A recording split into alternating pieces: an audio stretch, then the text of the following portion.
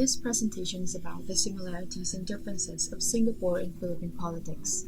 This presentation is from me, Justin De Leon, from BA Journalism 47. In the country's political similarities, both have three branches of politics, which are the executive, legislative, and the judiciary. And both of these countries also have a president. And the country's political differences are the functions of these similarities, and also that the Singapore has a prime minister but the Philippines doesn't.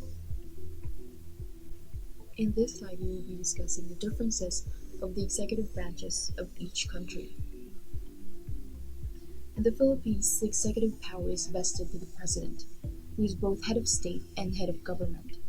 Executive power is exercised through the cabinet, who are appointed by the president. While the appointees may wield executive power, all powers and responsibilities ultimately remain with the president, who may overrule any decision made by a cabinet member. The cabinet includes the heads of executive departments. Actions taken by executive and administrative officials are taken as actions exercised by the president. Singapore's executive branch is charged with the administration of the government.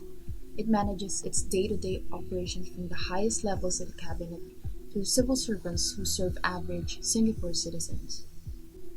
This slide is about the differences of the legislative branches of Singapore and Philippines. In Philippine legislature, Congress is a bicameral legislature, known as a type of legislature that is divided into two separate assemblies, chambers or houses. The control the legislature has over funding includes individual discretionary funds. These funds are considered an avenue for patronage politics and are often seen as symbol of corruption. In Singapore, the legislative branch is in charge of making the laws. The legislative branch is parliament led by the prime minister. Now, this slide is about the differences of the judiciary branches of Singapore and Philippines. In Philippine judiciary, this branch is headed by the Supreme Court, which lies at the top of three lower court levels. The Supreme Court is the court of last resort and can decide on the constitutionality of laws. Vested with the responsibility of overseeing the other branches of government, the Supreme Court has significant powers, able to go as far as overruling discretionary decisions made by political and administrative individuals and bodies, giving it powers usually seen as those of the executive and legislature. The court can effectively create law without precedent, and such decisions are not subject to review by other bodies. In Singapore's judiciary branch, the judiciary hears civil and criminal cases brought before it by individuals, businesses, or government bodies, and through those cases interprets the law. The judiciary has a two-tier court system with state courts and supreme courts. The state courts are trial courts, while the supreme courts are courts of appeal, although they can also try certain serious cases. The Court of Appeal is the highest court in Singapore and has the last word on interpreting the law. Now, this slide is about the differences when it comes to the function of presidents in each country. The Philippine president is the head of state and the head of government. He or she leads the executive branch of the Philippine government and is the commander-in-chief of the armed forces of the Philippines. While the functions of the president of the Singapore are divided into those which the largely ceremonial president may exercise at their own discretion, and those they must exercise in accordance with the advice of the Cabinet of Singapore or of a minister acting under the general authority of the Cabinet. In addition, the President is required to consult the Council of Presidential Advisors when performing some of his or her functions. In other cases, the President may consult the CPA if they wish to, but is not bound to do so. That is all for this presentation. Thank you so much for watching. Okay, so let's proceed.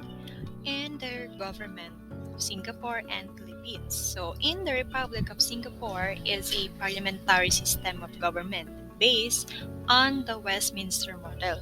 So, under this system, public sector employees serve the people of their state, territory, or country by implementing the government's policies, decisions, and programs. While in the Republic of the Philippines is a presidential form of government. So let's tackle about their similarities. So when it comes to their similarities, Singapore and Philippines have both parliamentary government. Parliamentary government, it has three branches of government, which is legislative, executive, and judiciary. So the when it comes to unitary state, it believes that the government is the highest power of the land. So last, which is the constitutional republic, it means that the citizens have the power to elect who's deserving to that particular position. So let's go for their differences. So when it comes to Philippines, it is a purely presidential form of government wherein the citizen um, has the power to elect who's deserving for that particular position. And the president here in the Philippines is the highest position and has the power to govern for all. Okay, so when it comes to the Singapore, they have the prime minister and the parliament there is unicameral. Okay, so yes, Singapore has a president, but the president there is the head of the state, and the prime minister is the head of the government and of the multi-party system. Okay, so unlike the Philippines, so we have here the Senate, the congressman, and the party list. But here in the Singapore, the parliament there is unicameral, which means it is a single chamber with no Senate or upper house.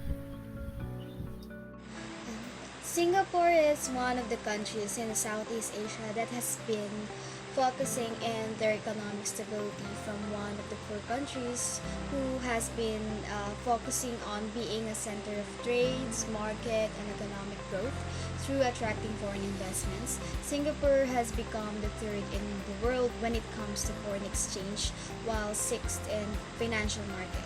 Petroleum integrated circuits and computers have contributed a large portion to the country's GDP in 2010. Singapore, just like other countries in the world who has been experiencing the effects of COVID-19, had their GDP in the recent years dramatically dropped. However, the country has one of the slow but stable GDP in the recent years, having a 3.33% increase in 2016, while 4.52 in 2017, and dropped by 1% in 2018. And in the past few years, which are 2019 and 2020, it dropped where it is now at negative 5.39%. On the other side, Philippines is one of the countries that has the fastest growing economy in the world, which makes the country be included in the Tiger Club economies. These are the countries that have been seen and predicted to grow their economy faster. Philippines' main source of its GDP is agriculture, mining, tourism, and as a matter of fact, the country is the eighth largest producers of rice in the world, while second in pineapple production. Agriculture makes up about 23% of employment in the country, as the Philippines is considered as an agricultural country. Compared to Singapore, the Philippines has 7.15% GDP in 2016, which is almost two times bigger than Singapore's, but the country experienced a decrease since 2017 to 2019, which leaves the country's GDP to 6.12%, while with the threat of pandemic, it experienced one of its greatest loss since 1984, which dropped by negative 15.69%, leaving the country with negative 9.57 GDP per year 2020.